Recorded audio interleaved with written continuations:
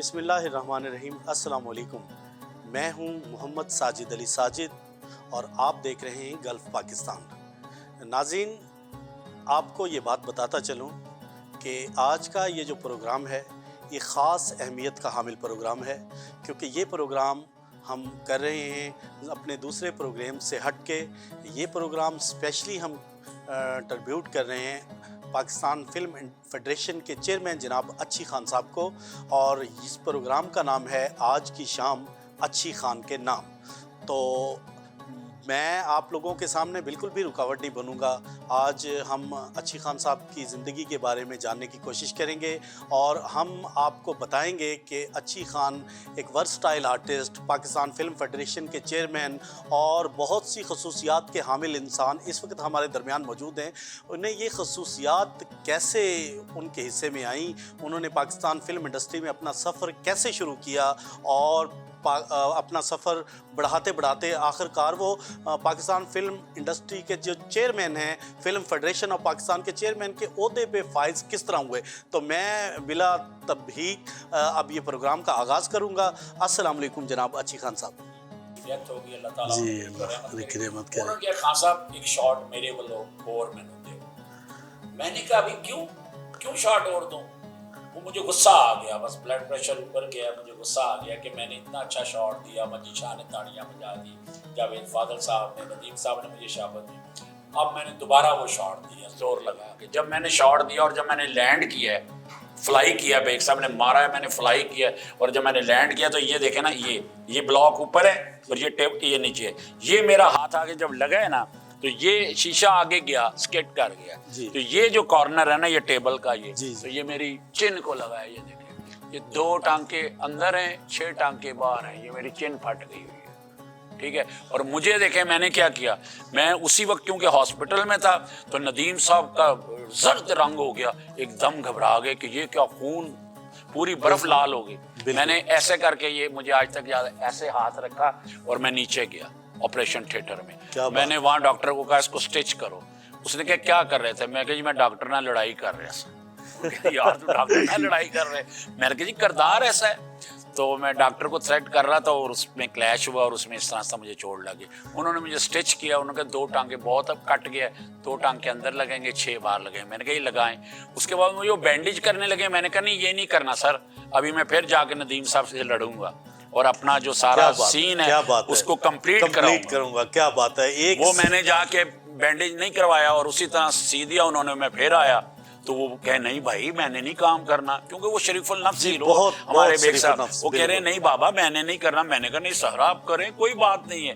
وہ جناب دوبارہ سین ہوا اور سارا وہ پکچرائز کروا کے تو پروڈیوسر نے، میر یعقوب صاحب پروڈیوسر تھے، انہوں نے مجھے 5000 روپیہ، اس وقت 1984 کی بات ہے، 1984 میں، انہوں نے مجھے 5000 روپے انعام دیا میری بہادری پہ۔ کیا بات ہے۔ تو میں ایسے کام کر جاتا ہوں۔ ابھی ایک فلم تھی سید نور صاحب کی جگنی، اس میں شان صاحب، سائمہ جی اور اس میں محمد رانا صاحب تھے۔ تو میں اس میں ایک ملک بہادر کا رول کر رہا تھا کہ یہ مفرور ہوتے ہیں، محمد رانا اور شان اس ملک کے پاس آ کے پناہ لیتے ہیں اس کی حویلی میں۔ شان نماز پڑھ رہا ہے، یہ ہے وہ، ایک سلسلہ چل رہا ہے۔ ملک جو ہے وہ پولیس کے ساتھ مل گیا ہوا ہے۔ ملک ان مفروروں کی مخبری کر دیتا ہے۔ جب وہ مخبری کرتا ہے تو وہ شان کو پتہ لگ جاتا ہے، وہاں ایک پولیس کا اٹیک ہوتا ہے، یہ مفرور جو ہیں اس میں سے پھر نکل جاتے ہیں۔ ملک وہ پیسے لے کے بریف کے اپنی حویلی میں انٹر ہوتا ہے تو سامنے شان، اب اس کے پاس گن ہے، اب اس نے اس کو مارنا ہے اور وہ سارا سین ہے۔ اب اس نے، شان صاحب نے مجھے یہ کہا، اس وقت میری اور شان صاحب کی تھوڑی سی سیاسی وہ چل رہی تھی، میں الیکشن لڑ رہا تھا، شان صاحب ادھر سامنے یونائٹڈ گروپ بنا ہوا تھا اور میں نے فلم فیڈریشن بنائی تھی، میڈم کو چیئر پرسن بنایا ہوا تھا۔ تو وہ ہمارا چل رہا تھا، کلیش ہمارا چل رہا تھا تھوڑا سا ہمارے میں۔ تو وہ شان صاحب نے مجھے کہا خان صاحب میں پورا برش تھوڑے سینے تے رکھ کے چلاواں گا۔ میں کہ اچھا، میں کہ چلاؤ، کیونکہ وہ حویلی میری لگی تھی۔ تو میں نے، وہ منا میک اپ مین تھا ہمارا، میں نے اسے کہا یار ہے ہارڈ بورڈ کا ٹوٹا لیا۔ اس نے مجھے ہارڈ بورڈ کا ٹوٹا دیا، میں نے یہاں سینے کے اندر یوں ڈال کے ہارڈ بورڈ کا ٹوٹا یہاں رکھ دیا۔ جی بالکل ٹھیک ہے۔ اب میں نے پہلے شان کو کہا، میں نے کہا منی بیٹا یہ جو ہارڈ بورڈ ہے نا اس پہ فائر مارو۔ اس نے فائر مارے، ڈس ڈس ڈس ڈس، وہ میں نے کہا کراس نہیں ہوا ہارڈ بورڈ، وہ ڈیمیج نہیں ہوا، کراس نہیں ہوا۔ میں نے وہ ہارڈ بورڈ نیچے رکھا اور میں نے جو ڈریس پہنا ہوا تھا اور میں شان کے سامنے سینہ تان کے کھڑا ہو گیا. اس نے میرے یہاں سینے پہ رکھا گن اور اس نے 30 بلٹ چلائے ہیں میرے سینے پہ رکھ کے, اور کیمرہ سید نور نے پکڑ لیا. اب کیمرہ سید نور ہے اور اینگل یہ تھا, ہم آمنے سامنے ہیرو ولن ہے. میں چاہوں گا کہ ہمارے آڈین کے لیے یہ جو آپ نے پکچرائزیشن کروائی, نام لے کے کہہ رہا ہوں کہ میں آپ اسی انداز میں ذرا اپنے ڈائیلاگ جو ہے نا, I am not telling a lie, میں اس لیے وہ ساری حقیقت آپ کو بتا رہا ہوں کہ نور صاحب نے مجھے یہ کہا کہ پھر کیمرہ مین کو کہا کہ کیمرہ مجھے دے دو. اب نور صاحب نے وہ یوں اینگل دونوں ولن اور ہیرو کے مطابق انہوں نے وہ رکھا اور ہم پہ نا اس نے 30 بلٹ شان نے میرے سینے پہ چلا دیے. جو وہ 30 بلٹ چل گئے تو نور صاحب نے جب کہا کٹ اٹ, انہوں نے کہا خان صاحب آپ کی جرت اور آپ کی بہادری کو سلام. بہت خوب, بہت خوب. تو یہ بہت خوب. ہم ایسے کام کر جاتے ہیں, وہ کر جاتے ہیں تو نام پیدا ہوتا ہے, ایسے ہی تو نہیں ہوتا نا. جی بالکل بالکل. اب لوگ جانتے ہیں, اب ہمیں ایسے لگتا ہے جیسے ہم پیر ہیں جو صبح اٹھتے ہیں اتنی گڈ مارننگ, اتنے میسج, کوئی کہتا ہے جی آپ نے رائس صاحب کے ساتھ کام کیا, ہم چاہتے ہیں کہ آپ نے عائشہ صاحب کے ساتھ کام کیا, ہم آپ کی زیارت کریں. تو یہ عقیدت کا اظہار ہوتا ہے. ابھی کچھ دن قبل ایک بڑا عجیب واقعہ ہوا کہ تحفظ صاحب کا ایک شاگرد تھے جو آن لائن ان سے تعلیم لیا کرتے تھے طبلہ کی, تو وہ انہوں نے تحفظ صاحب کو اور طارق تحفظ صاحب کو دبئی میں انوائٹ کیا, تو وہاں پہ ان کے پاؤں میں سر رکھ کے تو لوگوں نے اس چیز کو بڑا کرٹیسائز کیا کہ آپ نے سجدہ کروایا. تو پھر تحفظ صاحب کو ایک بیان دینا پڑا کہ یہ عقیدت ہے ان لوگوں کی اپنے فن سے, تو اس لیے انہوں نے مجھے یہ کیا ہے. میں خدا نخواستہ ایسی بات نہیں ہے, میں بالکل تہجد گزار ہوں اور میں 5 وقت کا نمازی ہوں.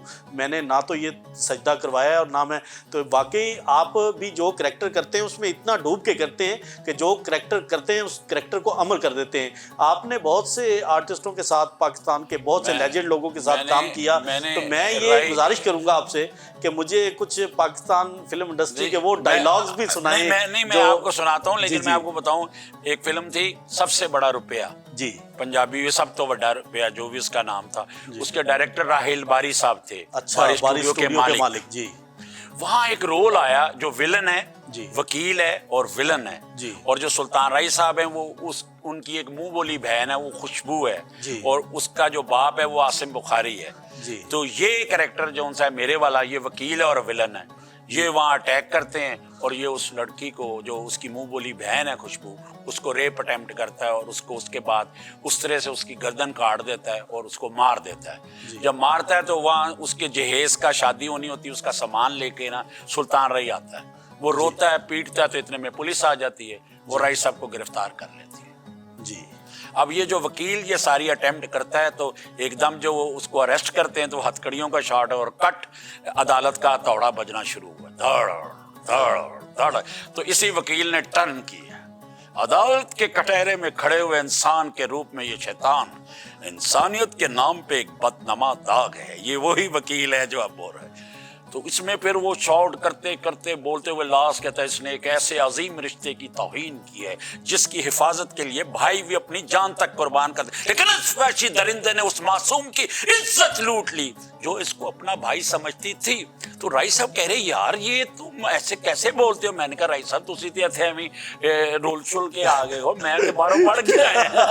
میرا منہ چما, انہوں نے کہہ رہا اچھا یار واہ واہ واہ کیا ڈائلاگ ڈیلیوری ہے. تو میں نے کہا بڑا ہمیں شرف حاصل ہے کہ ہمیں بڑے بڑے لوگوں نے اپریشیٹ کیا, لالا جی نے اپریشیٹ کیا, تو ہمارا کانفیڈنس بحال ہوتا گیا, آگے آتا. اور سامنے محمد علی صاحب کے ساتھ ایکشن کیا, وحید صاحب کے ساتھ کام کیا, وحید کے ساتھ بیٹھ کے سفر کیا. اصل میں جو فن سے محبت کرنے والے لوگ ہوتے ہیں وہ واقعی ہی ایسا کیا کرتے ہیں. اقبال حسن صاحب کے ساتھ کام کیا, پھر اپنا مصطفیٰ قریشی صاحب کے ساتھ کام کیا, اور وہ مصطفیٰ قریشی جڑا نوا آیا سونے. تو 2012 میں سید نور صاحب کی جب میں شریکہ کر رہا تھا تو مجھے نور صاحب نے بلا کے کہا, انہیں کہ ایک خطرناک ڈائلاگ جو ہے ناصر ادیب نے لکھا تھا کہ مولے نو مولا نہ مارے تے مولا نہیں مردا, ایک میں نے آپ کے لیے لکھا ہے لیکن کہنا اپنے مصطفیٰ قریشی کو ہے. تو میں نے کہا کوئی بات نہیں آپ لکھ دیں میں بول دوں گا, لیکن میرا ایک اپنا طریقہ کار ہے بولنے کا. جب انہوں نے لکھ دیا تو میں مصطفیٰ قریشی صاحب کے پاس گیا. اب وہ میرے سسر بھی ہیں اور میرا تایا بھی ہے. جی. تو ایک کٹری ہے جس میں ہمارے 7 گھر ہیں, اس میں سائمہ جونسی ہے وہ میری کزن ہے, اور اورنگزیب لغاری صاحب کی بیٹی ہے, مثلا میری بھتیجی ہے لغاری صاحب اس کے باپ بنے. اس طرح بڑا کردار تھا, فلم کا نام تھا شریکہ. اور افضال صاحب کیونکہ پیرالائز ہے, وہ ایک فرعون کا رول تھا, وہ میرا باپ بنا ہوا ہے. جی. اور وہاں سے ہم نے نا جو مصطفیٰ قریشی کا آگے پوتا ہے شان ہیرو پارٹی ان کو نکالا ہوتا ہے, سب کو گھر دیے ہوئے, ان کے گھر کو ہم نے تالا مارا ہوا, اس پہ قبضہ کیا ہوا, وہ گاؤں کے ایک گھر میں رہتے ہیں. تو وہ اس طرح کا ایک کلیش کر رہا ہوتا ہے. ایک ٹائم ہوتا ہے کہ وہ شان آ جاتا ہے, وہ تالا توڑ دیتا ہے اور اس گھر کو اپنا وہ ری اوپن کر لیتے ہیں اور وہ اس میں چلے جاتے ہیں. اب یہ ساری ولن پارٹی, بہار میری بہن ہے اور افضال صاحب میرے باپ ہیں اور لگاری صاحب میرے بھائی ہیں, تو یہ سارا ٹولہ آتا ہے وہاں. تو اس میں مصطفیٰ قریشی صاحب ایک ڈائلاگ بولتے ہیں کہ تو یا کوئی ہور مامے لگ دے وہ اس خاندان دے. تو میں پھر اس کے جواب میں مصطفیٰ قریشی صاحب کہنا ہے تسی بھی ہمیں ماما بنن دی کوشش نہ کرو تایا جی, نہیں تے پجامہ بنا دیاں گا. بہت خوب, بہت خوب. تو ایسا کیا. لیکن میں نے یہ ڈائلاگ بولنے کے سے پہلے میں نے مصطفیٰ قریشی صاحب سے اجازت لی باقاعدہ. یہ ادب کا پہلو ہوتا ہے. یہ ظاہر ہے یہ ادب کا پہلو, ظاہر سی بات ہے, وہ ہمارے سینئرز ہیں. پاکستان کی جتنی بھی نامور ہیروئنز ہیں میں نے ایز اے ولن سب کے ساتھ میری ریپ اٹیمپٹ ہے. جی بالکل بالکل, ٹھیک ہے. لیکن میں نے کسی بھی میم کو ہاتھ لگانے سے پہلے یہ ضرور کہا ہوں کہ میم اجازت ہے. انہوں نے کہا جی ہاں بسم اللہ. تو ان کی اجازت کے ساتھ, کیونکہ ظاہر ہے لیڈیز ہیں, میں جینٹس ہیں, اس میں کبھی بدنیتی شمار نہیں ہوتی.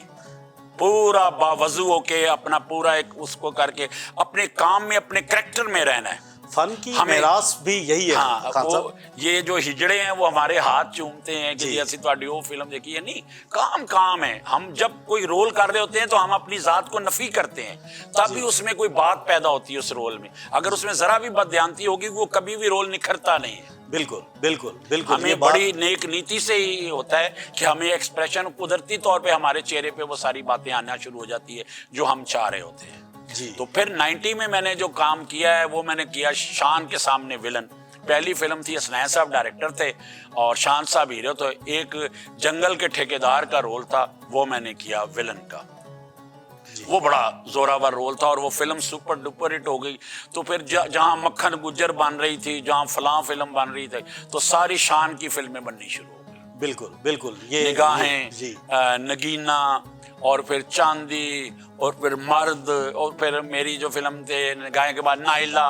تو اب شان ہیرو تھا اور میں ولن تھا. پھر آگ میں نے بہت ظالم رول کیا اور شان نے میرے سے بڑی مار کھائی اس فلم میں. اور پھر جو میں نے نگاہیں میں رول کیا اس کا ڈائلاگ میں آپ کی اجازت سے آپ کو ایک سناتا ہوں. کہ وہ جو نگاہیں ہوتی ہے وہ مدیہ شاہ نے ٹائٹل کیا تھا.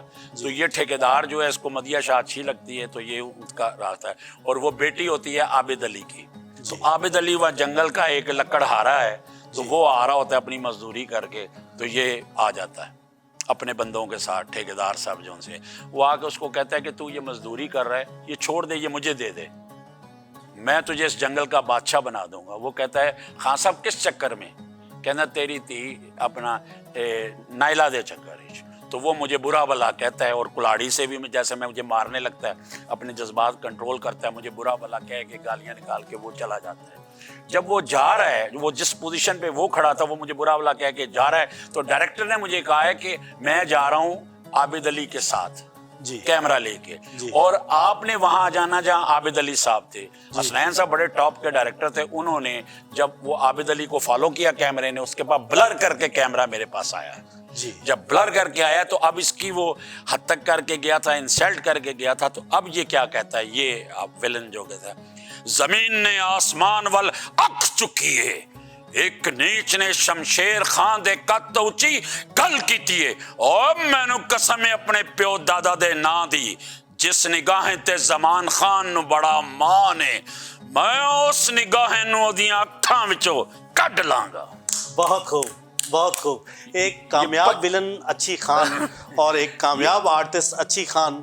تو میں اگر آپ کی بایوگرافی کے بارے میں ہماری پبلک جاننا چاہیں تو میں یہ پیٹرن چینج کر کے اگر آپ کی بایوگرافی کی طرف آؤں گا, تو آپ اپنے بارے میں مجھے بتائیں. ہماری آڈینس جاننا چاہتی ہے کہ اچھی خان ذاتی زندگی میں کیسے ہیں. بس تھوڑا سا اصول پرستی ضرور ہے اور لائی لاگ کوئی نہیں ہے. کوئی مجھے کسی کے بارے میں کہے یہ نہ کرنا تو وہ نہ کرنا, کیونکہ آج کل پروفیشنل جلسی بڑی ہے.